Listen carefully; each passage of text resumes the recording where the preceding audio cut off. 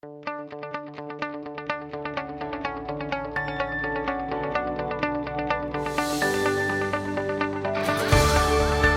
are listening to LOA Recon with the Good Vibe Coach Jeanette Ma, where we dissect the ins and outs and the art and science of conscious creation, all intended to amp up your manifesting game. Let's have some fun together. Oh boy, we're having what I think is the best weather, but I've got a dog who does not agree. We just had a big clap of thunder and it's raining outside. It smells so good. But Sadie gets a little nervous about that. So hopefully she just came and sat by me. Hopefully she'll be quiet because she brought Harvey with her. And Harvey isn't always quiet. But I just had a short episode I wanted to record today. I was thinking about this friend I have who had a tree that needed pruning. And oh my gosh, it was one of my favorite things to do in a very long time, to prune his tree. I love, love, love pruning. And I didn't used to. I used to not understand pruning. Like, I didn't see the point of it. I didn't know why trees needed it. I thought we should just let them alone. How could nature need any help?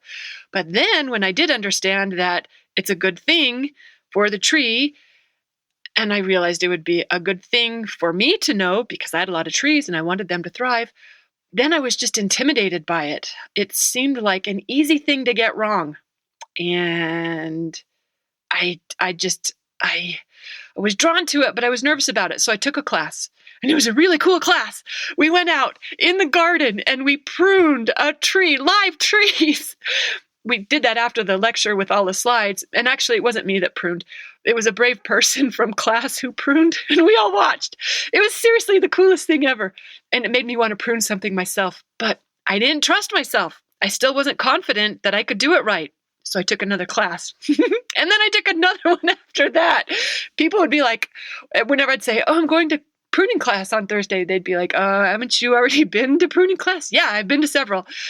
But I just kept studying it because I didn't trust myself with it. And I reviewed my notes and I remembered what they were teaching us. And I watched the experts do it. And I watched YouTube videos. And I bought pruning shears. And one day I went out in my own yard and I trimmed a branch off a tree. I wasn't very good at it. I wasn't sure it was right, and it took me forever to decide what should stay and what should go. And it took me a minute to get the hang of getting the right angle on the branch. But I'll tell you what, by then there was no stopping me. Like, once I started, I pruned everything in sight. I loved it. I still do. And I got pretty good at it. I think I got pretty good at it. So when my friend needed his tree pruned, oh my gosh, I was in seventh heaven. He had neighbors who came over to comment. I really made a job of it. And I offered to prune their trees too. No one took me up on that offer yet. They haven't invited me over to prune yet. Someone will. But the reason I'm telling this story is because I see some clients who feel this way about conscious creation. They're not sure it's a thing. They don't really understand it. They don't really get it. But then when they realize, oh, this is a thing worth knowing, then some of them feel a little intimidated by it, like they don't want to mess it up. They get a little nervous about thoughts and vibration and what they might accidentally be creating. And they sometimes beat themselves up for the bad things that they manifest. I remember one of my pruning instructors, JD, he said, look, whatever cut you make, once you make it, it's the right cut. We don't question it. Once it's done, you can't undo it. So it was a right cut. I like that advice. Anyway, I believe, obviously I'm prejudiced, but I believe conscious creation is a thing worth learning, and that it's worth being patient with yourself while you learn.